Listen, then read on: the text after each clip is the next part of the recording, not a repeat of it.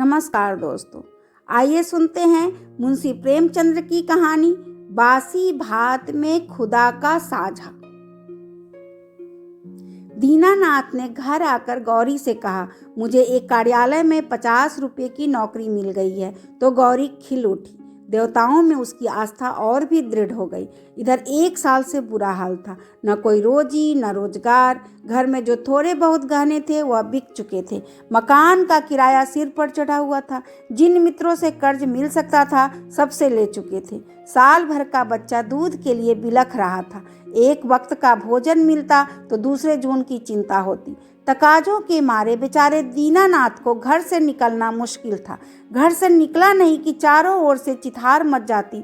वाह बाबूजी वाह, 2 दिन का वादा करके ले गए और आज 2 महीने से सूरत नहीं दिखाई। भाई साहब, यह तो अच्छी बात नहीं। आपको अपनी ज़रूरत का ख्याल है मगर दूसरों की ज़रूरत का जरा भी ख्याल नहीं। इसी से कहा है, दुश्मन को चाहे कर्ज दे दो, दोस्त को कभी ना दो। दीनानाथ को यह वाक्य तीरों से लगते थे और उसका जी चाहता था कि जीवन का अंत कर डाले, मगर बेजवान स्त्री और अबोध बच्चे का मुंह देखकर कलेजा थाम के रह जाता। बारे आज भगवान ने उस पर दया की और संकट के दिन कट गए। गौरी ने प्रसन्न मुख होकर कहा, मैं कहती थी ना कि नहीं, ईश्वर सबकी सुधि लेते हैं और कभी न कभी हमारी भी सुधि लेंगे, मगर तुमको विश्वास ही ना आया था। बोलो, अब तो ईश्वर की दयालुता के कायल हुए। दीनानाथ ने हठधर्मी करते हुए कहा, यह मेरी दौड़ धूप का नतीजा है। ईश्वर की क्या दयालुता? ईश्वर को तो तब जानता जब कहीं से छप्पर फाड़ कर भेज देते, लेकिन मुंह से चाहे कुछ कहे, ईश्वर के प्रति उसके मन में श्रद्धा उदय हो गई थी। दीनानाथ का स्वामी बड़ा ही रूखा आदमी था और काम में बड़ा चुस्त। उसकी उम्र 50 के लगभग थी और स्वास्थ्य भी अच्छा न था। फिर भी वह कार्यालय में सबसे ज़्यादा काम करता। मजाल न था कि कोई आदमी 1 मिनट की भी देर करे या 1 मिनट भी समय से पहले चला जाए। बीच में 15 मिनट की छुट्टी मिलती थी। उसमें जिसका जी चाहे पान खा ले या सिगरेट पी ले या जलपान कर ले। इसके अलावा 1 मिनट का अवकाश न मिलता था। वेतन पहली तारीख को मिल जाता था। उत्सवों में भी दफ्तर बंद रहता था और नियत समय के बाद कभी काम न किया जाता था। सभी कर्मचारियों को बोनस मिलता था और प्रोविडेंट फंड की भी सुविधा थी। फिर भी कोई आदमी खुश न था।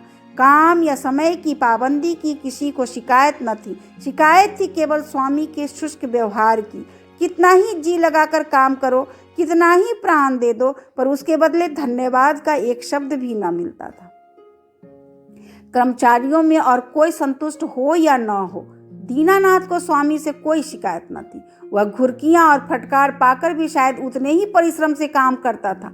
साल भर में उसने कर्ज चुका दिए और कुछ संचय भी कर लिया। वह उन लोगों में था जो थोड़े में भी संतुष्ट रह सकते हैं। अगर नियमित रूप से मिलता जाए, 1 रुपया भी किसी खास काम में खर्च करना पड़ता तो दंपत्ति में घंटों सलाह होती और बड़े झाँव के बाद कहीं मंजूरी मिलती थी। बिल गौरी की तरफ से पेश होता तो दीनानाथ विरोध में खड़ा होता। दीनानाथ की तरफ से पेश होता तो गौरी उसकी कड़ी आलोचना करती। बिल को पास करा लेना प्रस्तावक की जोरदार वकालत पर मुनहसर था। सर्टिफाई करने वाला कोई तीसरी शक्ति वहां न थी और दीनानाथ अब पक्का आस्तिक हो गया था। ईश्वर की दया या न्याय में अब उसे कोई शंका न थी। नित्य संध्या करता और नियमित रूप से गीता का पाठ करता। एक दिन उसके एक नास्तिक मित्र ने जब ईश्वर की निंदा की तो उसने कहा, भाई, इसका तो आज तक निश्चय नहीं हो सका ईश्वर है या नहीं। दोनों पक्षों के पास इस्पात की सी दलीलें मौजूद है, लेकिन मेरे विचार में नास्तिक रहने से आस्तिक रहना कहीं अच्छा है। अगर ईश्वर की सत्ता है तब तो नास्तिकों को नरक के सिवा कहीं ठिकाना नहीं। आस्तिक के दोनों हाथों में लड्डू है। ईश्वर है तो पूछना ही क्या, नहीं है तब भी क्या बिगड़ता है। 2-4 मिनट का समय ही तो जाता है। नास्तिक मित्र इस दोरुखी बात पर मुंह बिचकाकर चल दिए। एक दिन जब दीनानाथ शाम को दफ्तर से चलने लगा तो स्वामी ने उसे अपने कमरे में बुला भेजा और बड़ी खातिर से उसे कुर्सी पर बैठाकर बोला, तुम्हें यहाँ काम करते कितने दिन हुए? साल भर तो हुआ ही होगा। दीनानाथ ने नम्रता से कहा, जी हाँ, 13वां महीना चल रहा है। आराम से बैठो। इस वक्त घर जाकर जलपान करते हो? जी नहीं, मैं जलपान का आदी नहीं। पान वान तो खाते ही होंगे। जवान आदमी होकर अभी से इतना संयम। यह कहकर उसने घंटी बजाई और अर्दली से पान और कुछ मिठाइयाँ लाने को कहा। दीनानाथ को शंका हो रही थी कि आज इतनी खातिरदारी क्यों हो रही है। कहाँ तो सलाम भी नहीं लेते थे, कहाँ आज मिठाई और पान सभी कुछ मंगाया जा रहा है। मालूम होता है मेरे काम से खुश हो गए हैं। इस ख्याल से उसे कुछ आत्मविश्वास हुआ और ईश्वर की याद आ गई। अवश्य परमात्मा सर्वदर्शी और न्यायकारी है, नहीं तो मुझे कौन पूछता। अर्दली मिठाई और पान लाया। दीनानाथ आग्रह से विवश होकर मिठाई खाने लगा। स्वामी ने मुस्कुराते हुए कहा, तुमने मुझे बहुत रूखा पाया होगा। बात यह है कि हमारे यहाँ अभी तक लोगों को अपनी जिम्मेदारी का इतना कम ज्ञान है कि अफसर जरा भी नरम पड़ जाए तो लोग उसकी शराफत का अनुचित लाभ उठाने लगते हैं और काम खराब होने लगता है।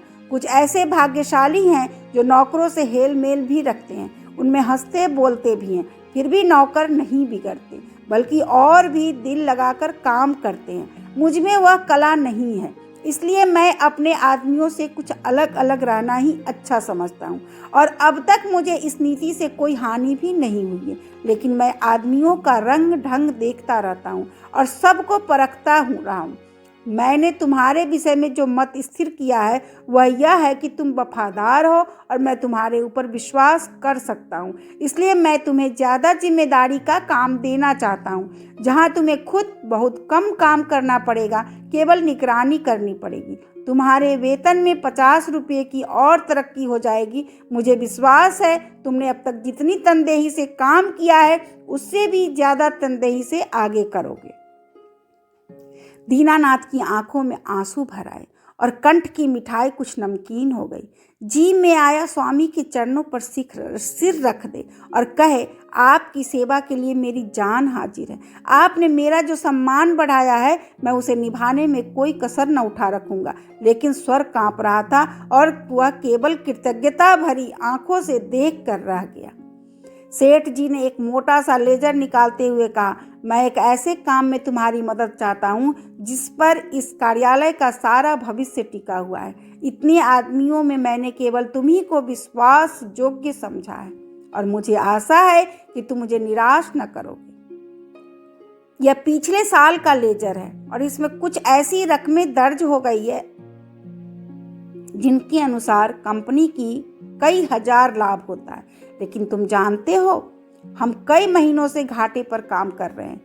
जिस क्लर्क ने यह लेजर लिखा था उसकी लिखावट तुम्हारी लिखावट से बिल्कुल मिलती है। अगर दोनों लिखावटें आमने सामने रख दी जाए तो किसी विशेषज्ञ को भी उसमें भेद करना कठिन हो जाएगा।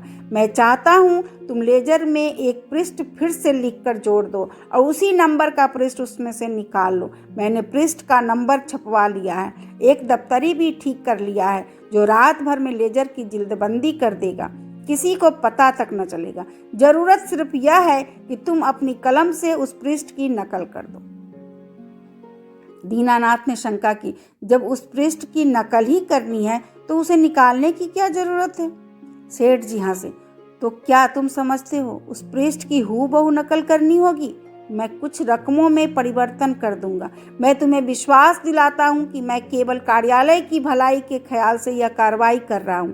अगर यह रद्दो बदल ना किया गया तो कार्यालय के 100 आदमियों की जीविका में बाधा पड़ जाएगी। इसमें कुछ सोच विचार करने की जरूरत ही नहीं, केवल आधा घंटे का काम है। तुम बहुत तेज लिखते हो। कठिन समस्या थी। स्पष्ट था कि उसे जाल बनाने को कहा जा रहा था। उसके पास इस रहस्य का पता लगाने का कोई साधन न था कि सेठ जी जो कुछ कह रहे हैं वह स्वार्थवश होकर या कार्यालय की रक्षा के लिए। लेकिन किसी दशा में भी यह जाल घोर जाल। क्या वह अपनी आत्मा की हत्या करेगा? नहीं, किसी तरह नहीं। उसने डरते डरते कहा, मुझे आप क्षमा करें, मैं यह काम ना कर सकूंगा। सेठ जी ने उसे अविचलित मुस्कान के साथ पूछा, क्यों? इसलिए कि यह सरासर जाल है। जाल किसे कहते हैं? किसी हिसाब में उलटफेर करना जाल है।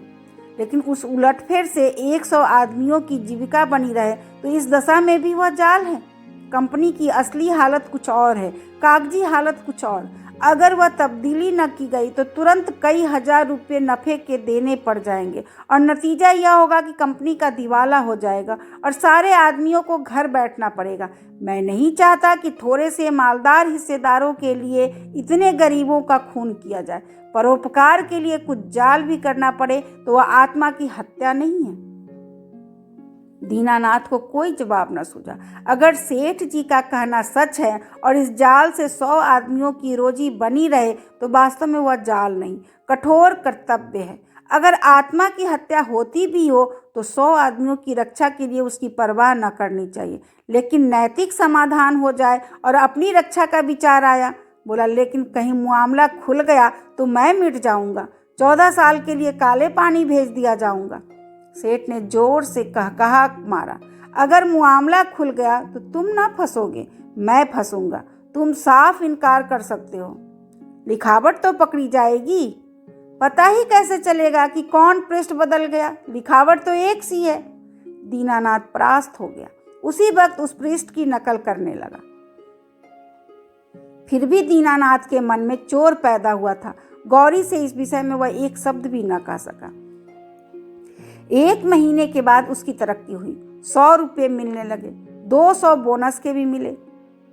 यह सब कुछ था, पर घर में खुशहाली के चिन्ह नजर आने लगे। लेकिन दीनानाथ का अपराधी मन एक बोझ से दबा रहता था।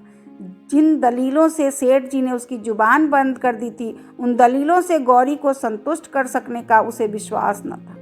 उसकी ईश्वर निष्ठा उसे सदैव डराती रहती थी। इस अपराध का कोई भयंकर दंड अवश्य मिलेगा। किसी प्रायश्चित, किसी अनुष्ठान से उसे रोकना असंभव है। अभी ना मिले, साल 2 साल न मिले, 10-5 साल न मिले, पर जितनी ही देर में मिलेगा उतना ही भयंकर होगा। मूलधन ब्याज के साथ बढ़ता जाएगा। वह अवसर पछताता, मैं क्यों सेठ जी के प्रलोभन में आ गया। कार्यालय टूटता या रहता, मेरी बला से।